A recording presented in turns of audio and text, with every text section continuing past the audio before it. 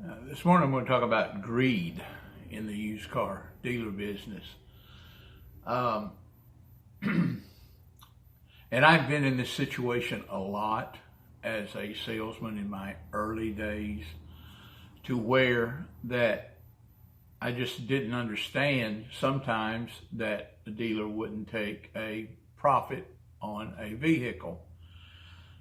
Now, I'm not talking about a $500-600 profit, but when I saw a vehicle that had a cash in hand profit of $1,500, my ears perked up. I don't pass a $1,500 profit on a piece of inventory. Now, when I say a $1,500 profit, when I look and my cost on a vehicle is $6,500, $6,600, and I can make a $1,500 return on that $6,600 in a period of about 12 days, I'm rolling it. Okay, to me, that's a pretty good return. Now, that's exactly what happened to us here this week. As a matter of fact, yesterday, this 2009 Ford F-150, Shane bought it a couple of weeks ago. Very nice car or truck. And I actually, and one of my helpers here, took pride in cleaning it up, and we made a nice truck out of it. And that's a 177,000 mile truck. Shane paid $6,600 for it. And, we had it priced at 92, which obviously was, that $2,600 profit. And I get a bite on the truck, and this deal is just crazy. I just decided to price the truck out there for a flat $1,000 cash deal. Got a bite on it. Shane didn't like that. Did not like the fact that I was selling for a $1,000 profit. Now, the first thing here, we're partners, okay? But Shane is the controlling partner. He's my son, and I agreed, and not through his own persistence. It wasn't him. I wanted him to have charge of the dealership. So he complained a little bit, not raising hell or anything, but hey, that's a nice truck. It's the nicest piece of inventory that we got, and you put it out there for $1,000. Please confer with me before you do something like that again. I don't want a $1,000 profit on this car. But now he wasn't going to overrule me. I mean, he was going to go ahead and sell the car. So no, I said, okay, you're right. I did it without consulting you. So I called my buyer up, who had not come yet, okay, to the car dealer. And I said, look, I've just made a mistake on the truck. I've conferred with my son, who is the authority here at the dealership, and I can't sell the truck for the price that I have offered it to you. So he was just coming to look at it. I hadn't committed to him or anything. He was coming to look at the truck at my price, and he said, well, what is the price? And I said, I'd have to have at least $500 more for the truck, just to pacify my son. I'm sure he'd be pacified with that. So the guy decides to come on and looked at the truck and brought a cashier's check for the $500 increase as well. So now we've got a $1,500 deal on the truck. And when he gets here, now this is where it goes nuts. Okay, this whole deal's screwed up. When he gets here, the truck has a noise under the dash. I never had picked it up. Okay, but I certainly did when he pointed it out to me.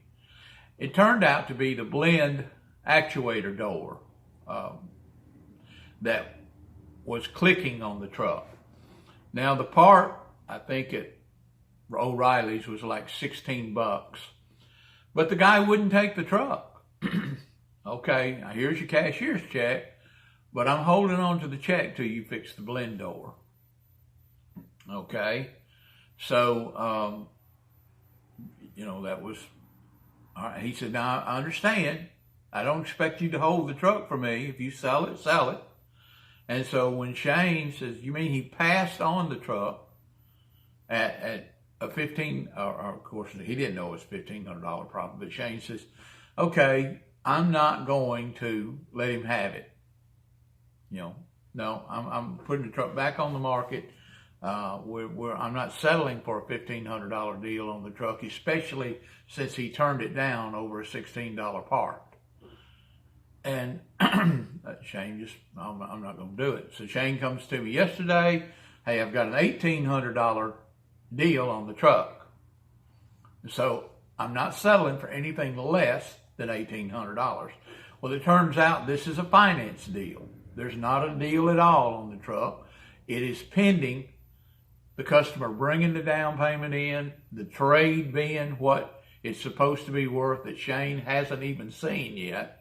But Shane's got this whole deal figured out that it's an $1,800 deal when the guy hasn't come up with a down payment. He hasn't seen the truck or the trade in. So Shane's just putting this out there. Now, the purpose of this video is twofold. Number one, I don't pass a $1,500 profit on a $6,600 investment. When I can turn my money in less than 2 weeks, I'm taking the $1,500 cash in hand. The next thing is when you've got a partner, you're going to have those disagreements. I'm not going to overrule. I'm not going to say anything about this. Hey, there it is. I did say, look, if you wind up selling that truck for less than $1,500, I'm not going to be happy about it because I had that in my hand and you thought it was worth more. So he worked now 3 extra days and has what I call a mind deal. There's nothing concrete on it. A mind deal for an extra $300. So that when in your partnership agreements, when you're doing that, keep those in mind. We just disagree, and that's fine. I put him in authority of the dealership, or he's in the authority. He has the final call. But I certainly disagree with it, and I'll roll with it just that way. So my message here to you is when you've got a partner involved, you're going to come up with those disagreements. And we have several of them. We have a lot of creative disagreements about the dealership. But I think that works for us. The fact that we do disagree a whole lot. But when it comes down to it, my partner is the authority in the dealership. And that's the way it was, and that's the way it is.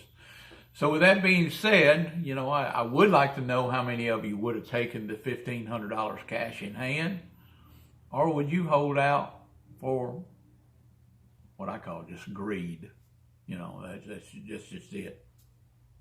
But I look forward to hearing from you, and I hope you subscribe to this channel. Have a wonderful day.